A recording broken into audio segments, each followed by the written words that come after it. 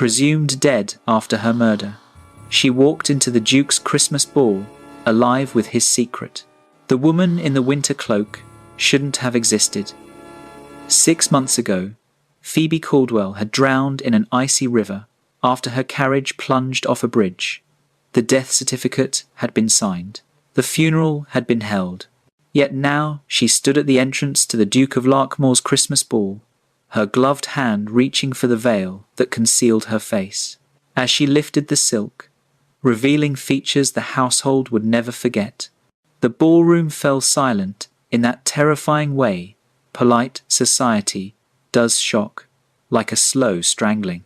Duke Dominic Weatherby's champagne glass froze halfway to his lips, his face draining of colour, not with anger, but with something far more haunting. "Hello, lovely. If you're enjoying this tale of secrets, survival, and Christmas scandals, I'd be so grateful for a like or subscribe. It helps me bring you more stories of mystery, courage, and unexpected returns. And if you're up for it, tell me in the comments, would you come back from the dead to expose the truth? I read every note, and it always brings a smile to my face." 1. The Duke's Christmas ball glittered with all the elegance money could buy. Evergreen garlands draped the marble columns. Candles flickered in crystal chandeliers, and outside the tall windows, carolers sang of peace and goodwill. Inside, 200 guests, in their finest silks and tailored coats, celebrated the season under the watchful eye of their host, Duke Dominic Weatherby. At 43, Dominic had perfected the art of being the perfect duke. Widowed for 5 years, respected by Parliament, managing his ancestral estate with quiet dignity, he moved through the crowd with practiced grace. No one would guess the weight pressing on his shoulders, the debts threatening to crush everything his family had built over 3 centuries. The orchestra played a waltz. Dominic stood near the refreshment table, nodding at Lord Ashford's commentary on the weather, when the ballroom doors opened with unusual force. A woman stepped through wearing a dark winter cloak, her face concealed behind a mourning veil. This wasn't remarkable. Winter mourning was common enough. But something about her posture, the deliberate way she moved toward the center of the room, made conversations falter and die. She stopped in the middle of the dance floor. The orchestra trailed off mid-note. Then she removed her gloves, one finger at a time, revealing hands that bore a distinctive scar across the right knuckles. Mrs. Nettleby, the head housekeeper, gasped audibly from her position near the servants' entrance. Only one person in Larkmoor's recent history had carried that exact scar, earned from a ledger accident 3 years ago. But that person was dead. The woman lifted her veil with steady hands. Phoebe Caldwell's face emerged into the candlelight. Older than 6 months should account for. Harder around the eyes, but unmistakably alive.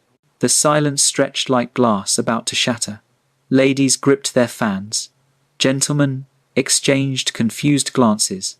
Someone in the back whispered, "But she's dead," as though saying it aloud might make reality correct itself. Dominic's world tilted sideways. His champagne glass nearly slipped from his fingers. Phoebe had been his accounts clerk, the sharp-minded woman who'd managed Larkmoor's finances with quiet brilliance for 7 years. When news of her death reached him 6 months ago, he'd felt the loss like a physical blow, but he'd accepted it because the evidence was clear.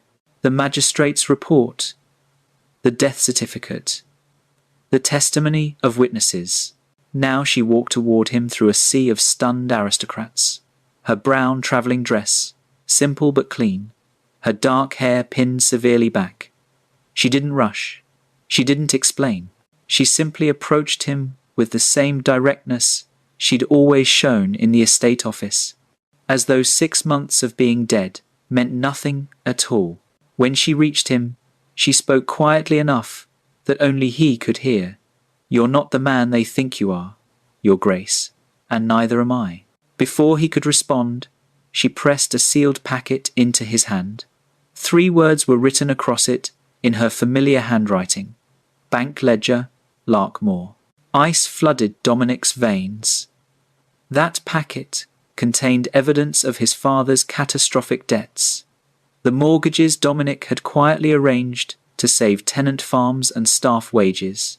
The financial disaster he'd hidden to protect everyone who depended on Larkmore. If anyone else saw those papers tonight, his reputation would shatter. Predators would descend. Everything would crumble. He gripped her arm, not roughly, but firmly, and began steering her toward the library. Come with me, now. Behind them, chaos erupted. Guests surged forward with questions. Lady Octavia Sedgwick, Dominic's formidable aunt, blocked their path with her considerable presence and a voice that could silence Parliament. Ladies and gentlemen, please give His Grace a moment. Clearly there's been a misunderstanding about Miss Caldwell's circumstances. These things happen. Do continue with the dancing. It was absurd. Nothing about this was a simple misunderstanding. But Lady Octavia's authority was absolute, and the orchestra, taking the hint, struck up another waltz with desperate enthusiasm. Dominic pulled Phoebe into the library and locked the door behind them. The room was blessedly quiet, lined with books and warmed by a crackling fire. He turned to face her, his mind racing through 6 months of grief and confusion, landing finally on fury.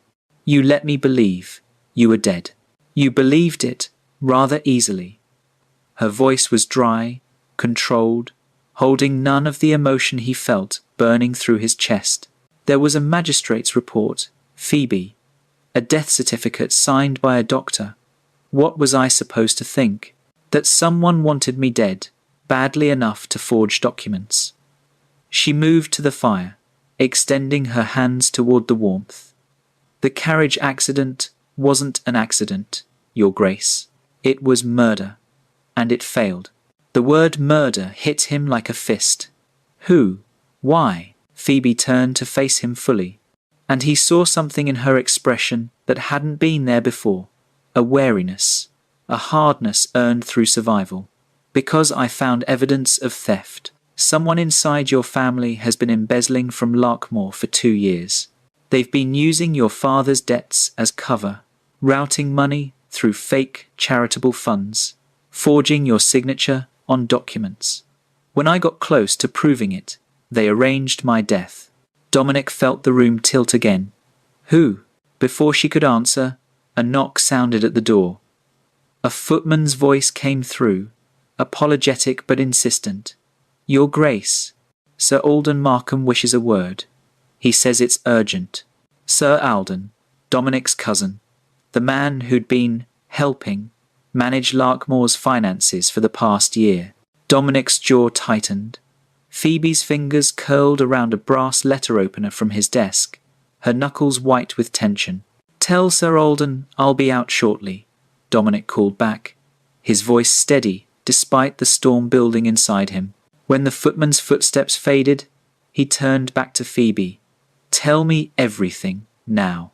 Her dark eyes met his without flinching. The man who killed me, Your Grace, is in this house tonight. And if we're going to prove it, we don't have much time. 2. Phoebe's story came out in careful, practical detail, exactly as she'd always approached problems when she worked in Larkmore's estate office. No melodrama, just facts delivered with quiet precision. The carriage accident was staged, she began, settling into the chair by the fire while Dominic remained standing, too agitated to sit. I was travelling to London with the quarterly reports. The driver was supposed to be James, but that morning a substitute appeared. Young man, nervous, said James had fallen ill. You didn't question it? I noted it, but questioning every small change would mean questioning everything. Her fingers traced the scar on her right hand, a habit from her old life. The bridge was icy. The horses spooked, exactly as planned, I think now. The carriage went through the railing. I remember cold water, darkness, my lungs burning, then nothing. Dominic moved to pour himself brandy with hands that weren't quite steady. How did you survive? A fisherman named Thomas Reed pulled me from the river 2 miles downstream. I was barely alive. He took me to a coastal doctor who didn't ask questions and didn't report to anyone. For 3 days, I was too sick to think. When I could finally speak, I asked him to check the newspapers. She paused, her expression hardening. The accident was reported within hours. My death was confirmed by a doctor I'd never met, a man named Finch, who signed the certificate even though he never examined my body, because there was no body, just an empty carriage and a convenient story. Why didn't you come back immediately? The question came out sharper than Dominic intended, sharpened by 6 months of grief he'd thought was grief for a dead woman, only to discover it was grief for someone who'd chosen to stay hidden. Phoebe's eyes flashed. Because whoever arranged my murder had reach, Your Grace. They had money and influence enough to bribe a doctor, stage an accident, and make sure the investigation closed quickly. Coming back without proof would have meant dying for real the second time. The truth of it hit him hard. She'd been alone, hunted, surviving on nothing but caution and intelligence. So you stayed hidden and gathered evidence. I went back to basics, she said. Accounting. The thing that got me targeted in the first place was discovering that charitable fund, the Larkmore Relief Society. On paper, it looked legitimate. Your signature on every donation and authorization. But the timing was wrong. Payments went out during weeks you were in London, amounts that matched estate purchases that never actually happened. Dominic felt cold spreading through his chest. Someone was forging my signature and routing the money into investments under a different name. I traced it as far as I could before the accident. Now, with 6 months more distance, I've pieced together the full picture. She stood and moved to his desk, pulling folded papers from inside her cloak. Your cousin Alden has been systematically draining Larkmore while you've been desperately trying to save it. The papers she spread across his desk told a damning story. Bank transfers, property purchases in Alden's name, forged signatures that matched Dominic's hand closely enough to pass a casual inspection. He's been helping you, Phoebe continued, her voice edged with bitterness, offering to manage accounts while you focused on Parliament, suggesting investments that sounded reasonable, all while positioning himself to take control when the debt finally crushed you. Dominic stared at the evidence, feeling betrayal settle into his bones. Alden was family. They'd grown up together. Alden had stood beside him at his wife's funeral, had offered support during the darkest times. Why? The question came out raw. Money, power, resentment, probably. Phoebe's voice softened slightly. I've learned that people rarely need complicated reasons to justify theft. They just need opportunity and enough self-delusion to call it something else. Before Dominic could respond, the library door burst open without warning. Lady Octavia swept in, her considerable presence filling the room immediately. At 62, she dressed like a woman half her age, and spoke with the bluntness of someone who'd stopped caring about other people's delicate sensibilities decades ago. Well, she announced, closing the door behind her and surveying them both with sharp eyes. This is cozy. The ballroom is buzzing like a wasp nest. Half the guests are trying to leave early, and Alden is asking extremely pointed questions about where you've disappeared to. She focused on Phoebe. You're supposed to be dead. I got better, Phoebe replied, with the faintest hint of dry humour. Lady Octavia barked a laugh. I like you. Always did. Dominic, stop looking like a kicked dog and explain what's happening before I'm forced to make assumptions, which I will, loudly and at the worst possible moment. So Dominic explained, with Phoebe adding details when necessary. Lady Octavia listened, without interruption, her expression growing progressively darker. When they finished, she was silent for a long moment. Then she straightened her shoulders and delivered her verdict with characteristic practicality. Right, here's what we're going to do.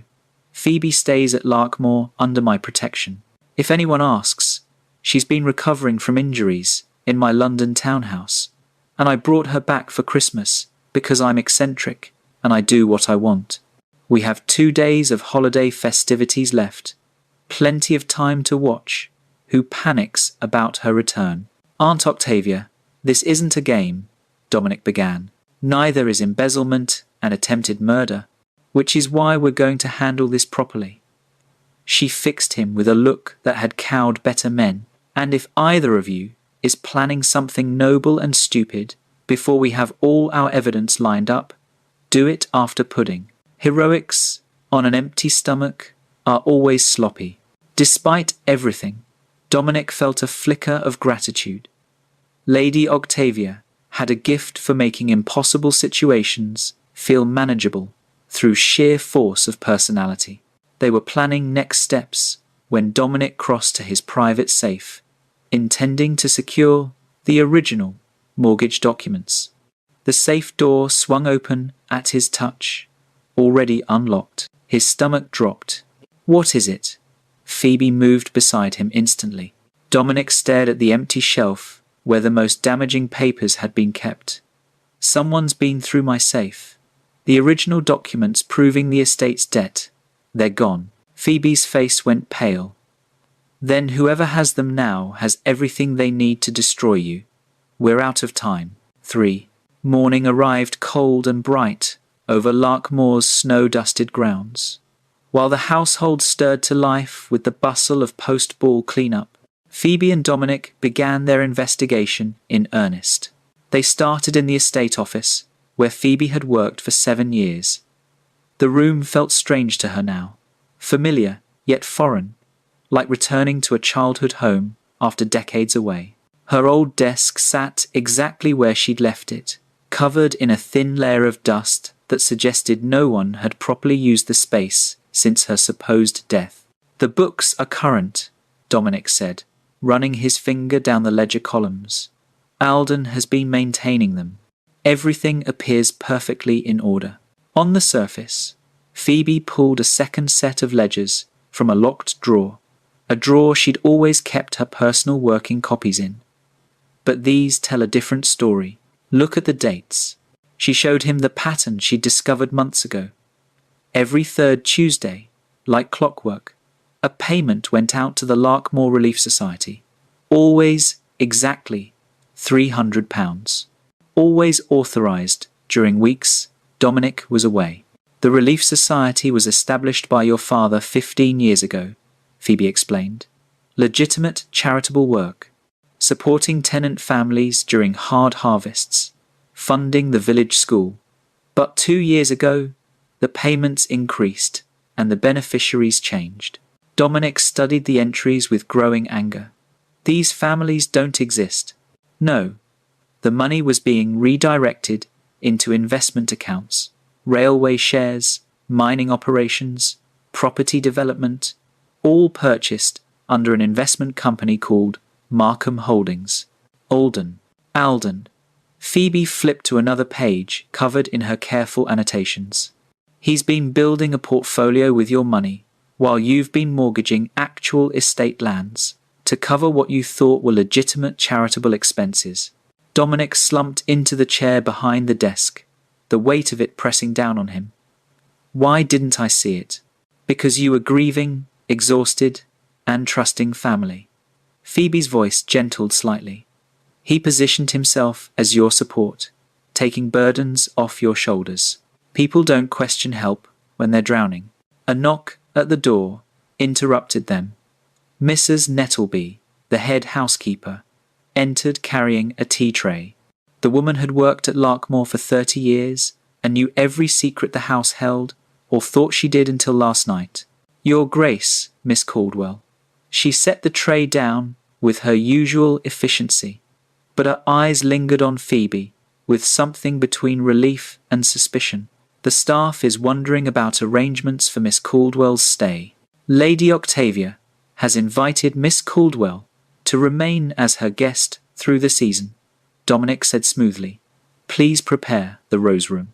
Mrs. Nettleby nodded, but didn't leave immediately. If I may speak plainly, Your Grace? You usually do, Mrs. Nettleby.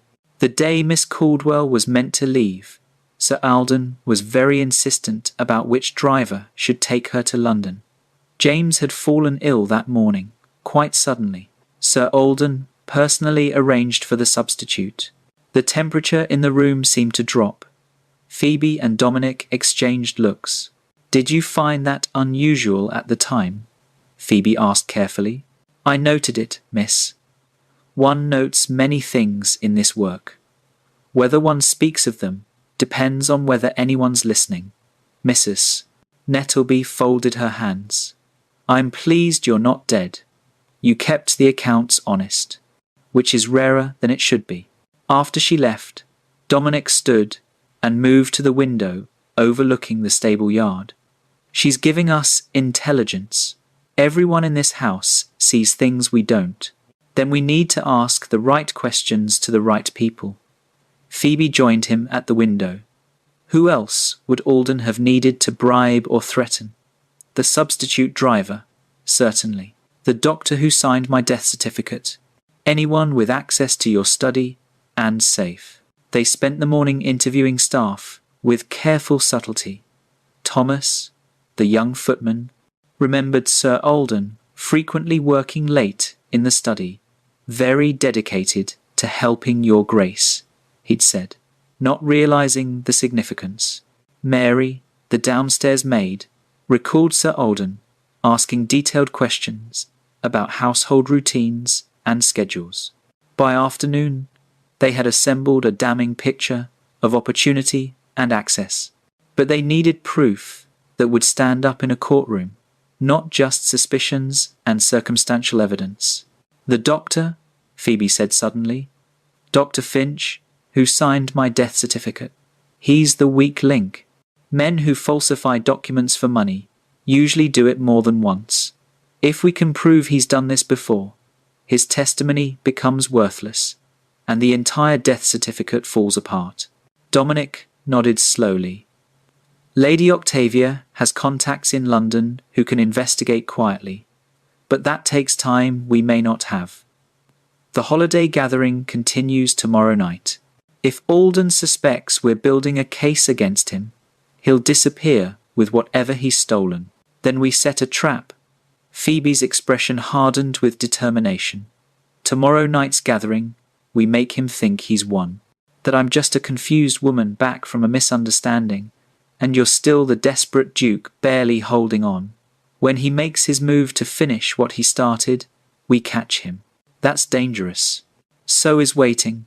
Phoebe met his eyes steadily. He tried to kill me once, Your Grace. I won't give him the chance to try again without witnesses. Later that evening, after darkness fell and the household settled into quiet, Phoebe found a folded paper slipped under her door. No envelope, no seal. Just a small black ribbon tied around it like a mourning token. She opened it with trembling fingers. 3 words in perfect handwriting. Stay dead, Phoebe. Someone in this house knew exactly where she was sleeping. Someone had gotten close enough to slide this warning under her door without being seen. She showed it to Dominic in the library, where he'd been reviewing bank documents by lamplight. His face went pale, then hard.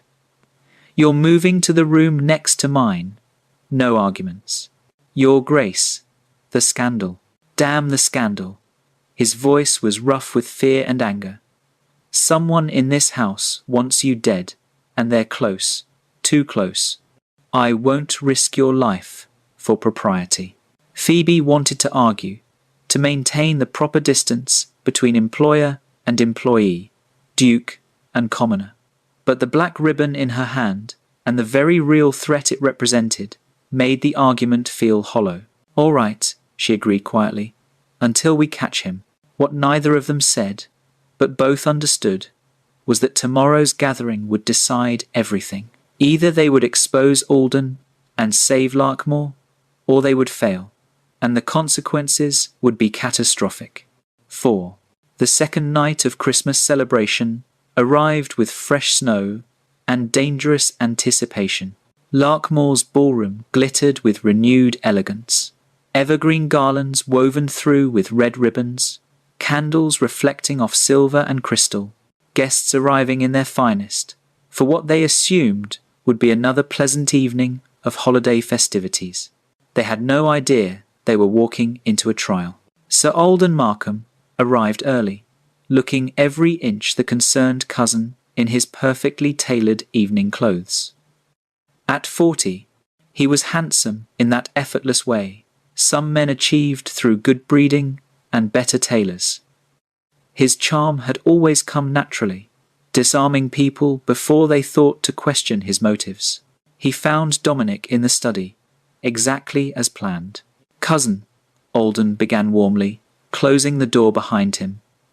"I wanted a word before the festivities begin. Last night's disruption. I'm concerned." Dominic looked up from the papers he'd been deliberately studying. "About Miss Caldwell's return?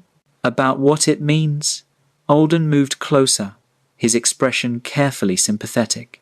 "The woman has clearly suffered some trauma. 6 months missing, returning with wild claims about accidents and murders. I've taken the liberty of consulting with Dr. Morrison. He specializes in cases of mental distress. Perhaps it would be kindest to arrange a quiet recovery for her, somewhere away from Larkmore." "You want me to have her committed?" Dominic kept his voice neutral, watching Alden carefully. "For her own protection." Alden's tone was perfectly reasonable, and frankly, for yours. Her reappearance raises questions about the estate's stability. Business associates, potential investors, they're already asking questions. If we don't handle this correctly, your reputation suffers. What would handling it correctly look like? Alden pulled papers from his jacket. "I've prepared a document, temporary authority for me to manage Larkmore's financial affairs during this difficult period, just until the matter with Miss Caldwell is resolved and the estate's reputation is secured. Your signature here would protect everyone involved." There it was, the play Dominic had been expecting. Give Alden control, and he'd have everything he needed to finish stealing what remained of Larkmore's wealth. "Let me think about it," Dominic said carefully. After tonight's gathering, something flickered in Alden's expression. Impatience, perhaps, or calculation. "Of course, cousin, but time is pressing. Every day this situation remains unresolved, more damage is done." After Alden left, Phoebe emerged from behind the study's concealed door, where she'd been listening to every word. "He's planning something for tonight," she said quietly. "That wasn't a request. It was a warning. Then we'll be ready." The ballroom filled as evening deepened into night.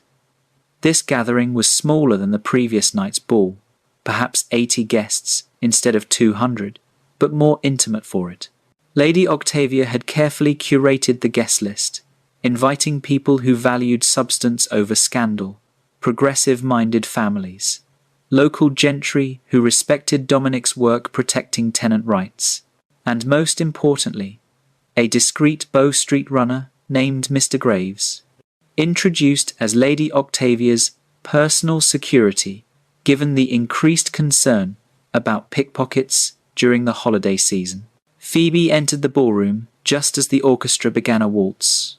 She wore a simple but elegant gown borrowed from Lady Octavia's seemingly endless wardrobe, deep green silk that brought out the colour in her dark eyes. No longer hiding, no longer pretending to be dead. The guests noticed. Conversations faltered. Eyes followed her progress through the room. Dominic met her halfway, offering his arm with quiet formality. "Miss Caldwell, would you walk with me?" "Your Grace." She took his arm. feeling dozens of gazes tracking their movement. They didn't dance. Instead, Dominic led her to a slightly raised area near the musicians, where everyone could see them clearly. When he spoke, his voice carried to every corner of the room. "Friends, I want to address last night's surprise directly. Miss Caldwell was my estate's accounts clerk for 7 years. 6 months ago, she was reported dead in a carriage accident. Last night, she returned, very much alive, having survived attempted murder." Gasps rippled through the crowd. Alden, standing near the refreshment table, went very still. Dominic continued, his voice steady. "There are those who will suggest Miss Caldwell's return is scandalous, inconvenient, or suspect. I want to make my position clear. Miss Caldwell is under my protection and that of my family. Any threat to her will be considered a threat to me." Phoebe felt her throat tighten. This was more than she'd expected, more public than they'd agreed. But Dominic wasn't finished. "I also want to address another matter that has been weighing on this estate. My father left significant debts. I have spent the past 5 years quietly managing them, mortgaging portions of the estate to protect tenant farms and staff wages. This is not a secret I'm ashamed of any longer. It's the truth, and I will not hide behind propriety while others use that truth against me." The room was utterly silent now. This kind of honesty from a duke was unprecedented. Alden stepped forward, his expression a perfect mask of concern. "Cousin, this is not the time or place for such revelations. Your reputation, my reputation is mine to manage, Alden, not yours. I'm only trying to help." "Are you?" Phoebe's voice cut through the tension clearly. "Then perhaps you can help explain why the Larkmore Relief Society, which you've been managing so carefully, has been making payments to companies you own." Alden's face went very still. "That's a serious accusation, Miss Caldwell. Do you have proof? Bank records, forged signatures, investment documents in your name?" Phoebe pulled papers from her reticule, the evidence she'd been gathering for months. "You've stolen over £15,000 from this estate, while Dominic struggled to pay legitimate debts. This is absurd." Alden turned to the crowd, playing to them. "The woman has been missing for 6 months, clearly disturbed by some trauma. Now she returns, making wild accusations against the one person who's been helping Dominic manage his burdens. It's obvious what's happening here. She's mentally unwell and needs help, not indulgence." "Then explain the death certificate," Dominic said quietly, pulling another paper from his jacket. "Dr. Finch signed Miss Caldwell's death certificate 6 months ago. We've discovered he signed 4 other false certificates in the past 3 years, all for money, all connected to financial disputes. You paid him to declare Miss Caldwell dead." Alden's mask began to crack. "You can't prove that." "Actually, we can. Lady Octavia stepped forward, Mr. Graves, the Bow Street runner, moving with her. Dr. Finch was arrested this afternoon in London. He's been quite forthcoming about his arrangement with you, Sir Alden. Apparently, he kept excellent records. Self-preservation, you understand." Alden looked around the room, reading the shift in atmosphere. Guests who had been sympathetic moments ago now watched him with suspicion and calculation. His charm wouldn't work here. His explanations sounded hollow, even to his own ears. He made his final play with desperate calculation. He lunged toward Phoebe, grabbing her arm roughly. "None of you understand. She was going to ruin everything, digging through accounts, asking questions. The estate was mine by right. I'm family. I deserved." Mr. Graves stepped forward calmly, removing Alden's hand from Phoebe's arm. "Sir Alden Markham, you're under arrest for embezzlement, forgery, and attempted murder. I'd suggest you come quietly." For a moment, it seemed Alden might resist. Then he saw Dominic's face, saw the absolute certainty there. and something in him crumpled. "I was helping you," he said to Dominic, voice breaking. "The estate was failing anyway. I was just taking what would have been lost. You don't understand the pressure, the expectations, being close to power but never having it. Watching you inherit everything while you what?" Dominic's voice was ice. "While you tried to murder an innocent woman? While you stole from tenants and staff who trusted this family? Don't dress your greed up as righteousness, Alden. You made your choices. Now live with them." Mr. Graves led Alden from the ballroom. The guests watched in stunned silence. Then Lady Octavia clapped her hands once, sharply. "Well, that was invigorating. Musicians, something cheerful, please. The rest of you, stop gawking and have some champagne. There's still pudding to come, and I refuse to let family drama ruin a perfectly good Christmas celebration." The tension broke. Not completely, never completely, but enough that conversations resumed, and the orchestra began a new waltz. Dominic turned to Phoebe, his expression unreadable. Then he took her hand in front of everyone, and said quietly enough that only those closest could hear, "If you want to judge someone tonight, judge me. She's done nothing but tell the truth." Phoebe felt tears threaten. This man, this duke, who could have sacrificed her to protect his reputation, had instead claimed her truth as his own. "Thank you," she whispered. "Don't thank me for doing the bare minimum of human decency," Dominic replied, but his hand tightened on hers. "We're not finished yet, but we're still standing." 5. Morning arrived with newspapers and consequences. The scandal sheets had a field day. Duke exposes cousin's crimes at Christmas ball. Estate clerk returns from dead to save Larkmore. The stories ranged from sensational to surprisingly sympathetic, but all agreed on one thing: the Duke of Larkmore had done something unprecedented by choosing truth over reputation. In the breakfast room, Phoebe sat across from Dominic and Lady Octavia, reading the various accounts with mixed feelings. "They're calling you reckless," she said, folding the paper. "They're calling me honest," Dominic corrected. "There's a difference." Lady Octavia snorted. "They're calling him both, which means he's done something interesting. Half of them will cut him for a season, the other half will secretly admire him, and in 2 years this will be the story everyone claims they supported from the beginning." Mrs. Nettleby entered with fresh tea and a knowing expression. "Begging your pardon, your grace, but there's a banker waiting in the study. Says he has urgent business regarding the estate accounts." Dominic exchanged glances with Phoebe. Together. The banker, Mr. Whitmore, was a nervous man in his 50s who'd been handling Larkmore's finances for 20 years. He stood when they entered, wringing his hat between his hands. "Your Grace, Miss Caldwell, I came as soon as I heard about Sir Alden's arrest. I need to make a confession." Dominic gestured for him to sit. "Go on."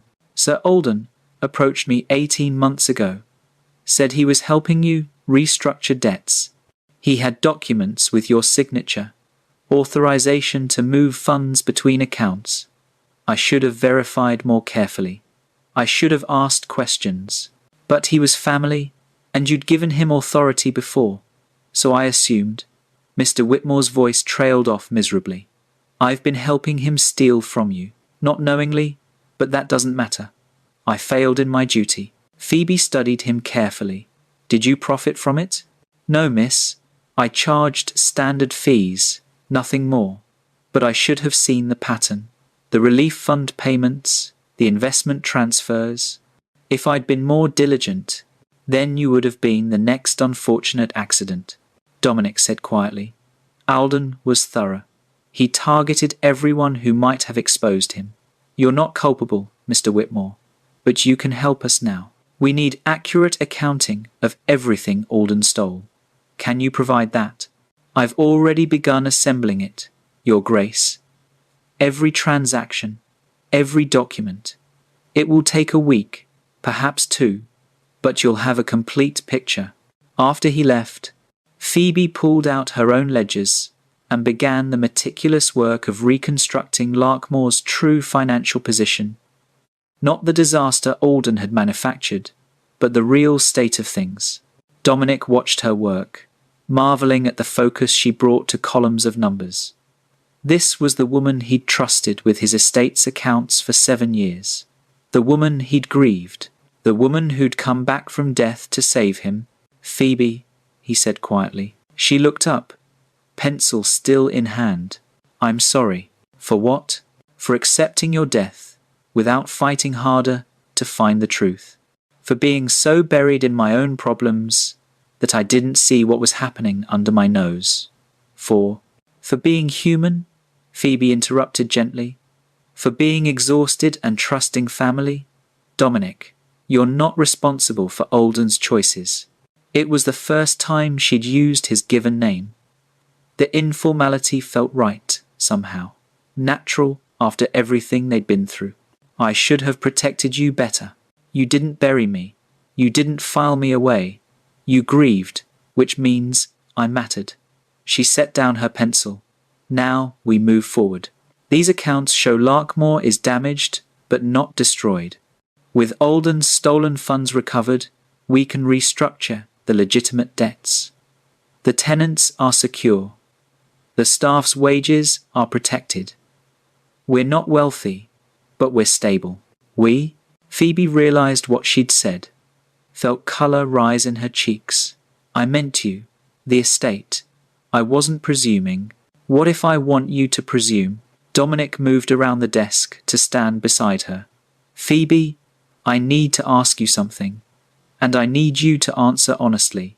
Not as my former employee, but as yourself. All right, when you came back to Larkmoor, was it only about exposing Alden? Or was there another reason?" Phoebe met his eyes, seeing the vulnerability there, the hope he was trying to contain. "I came back because the evidence was complete, because I could force the truth into the light. But I came back to you specifically because..." She took a breath. "Because in 6 months of being dead, I realized the only place I'd ever felt truly alive was here, working beside you, arguing with you over budget allocations, watching you care more about tenant welfare than your own reputation." "I thought you were dead for 6 months," Dominic said quietly. "I thought I'd lost the one person who saw me as something other than a title and a burden. When you walked into that ballroom, when I realized you were alive, do you know what my first feeling was?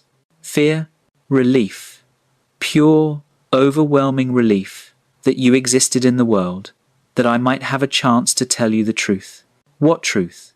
"That I'm in love with you, have been for years, probably. I just didn't let myself acknowledge it while you were my employee, while there were propriety rules and class barriers. But you died, and then you weren't dead.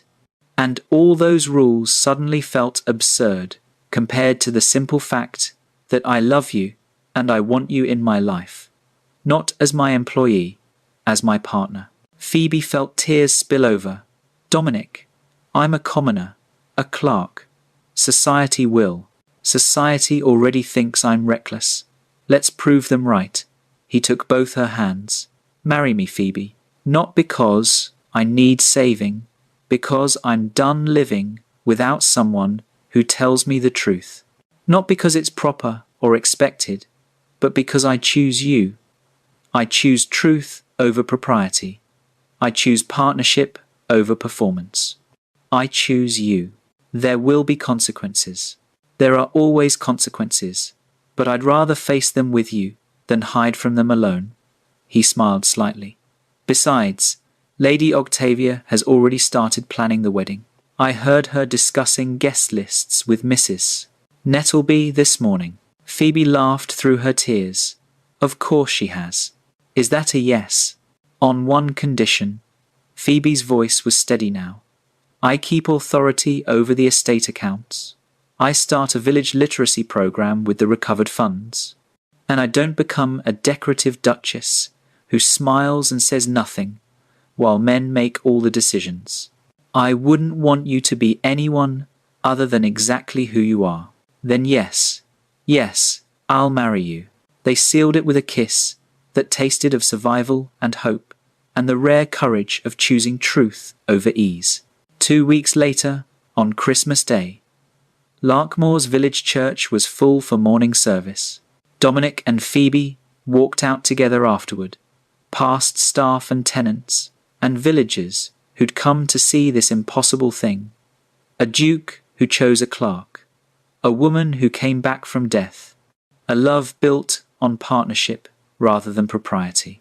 Lady Octavia stood at the church door, resplendent in purple velvet and an absurdly large hat. As they passed, she leaned close and murmured, "Try not to be murdered again before Easter.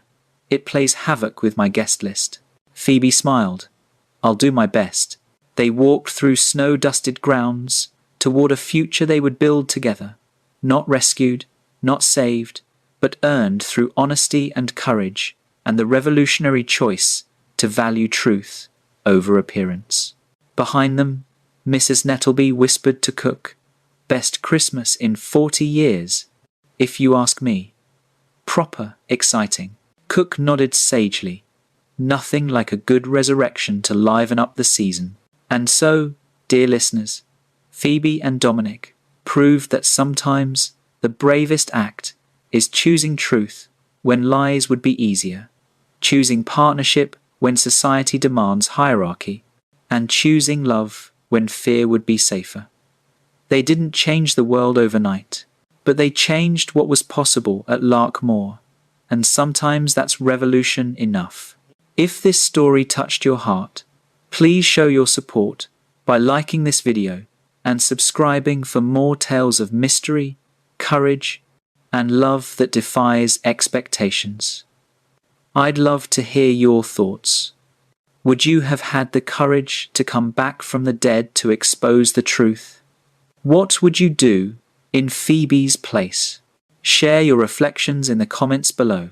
Until next time, may you always choose truth over convenience and love over fear. This is your storyteller reminding you that the most powerful stories are the ones where people refuse to stay dead when the world wants them buried.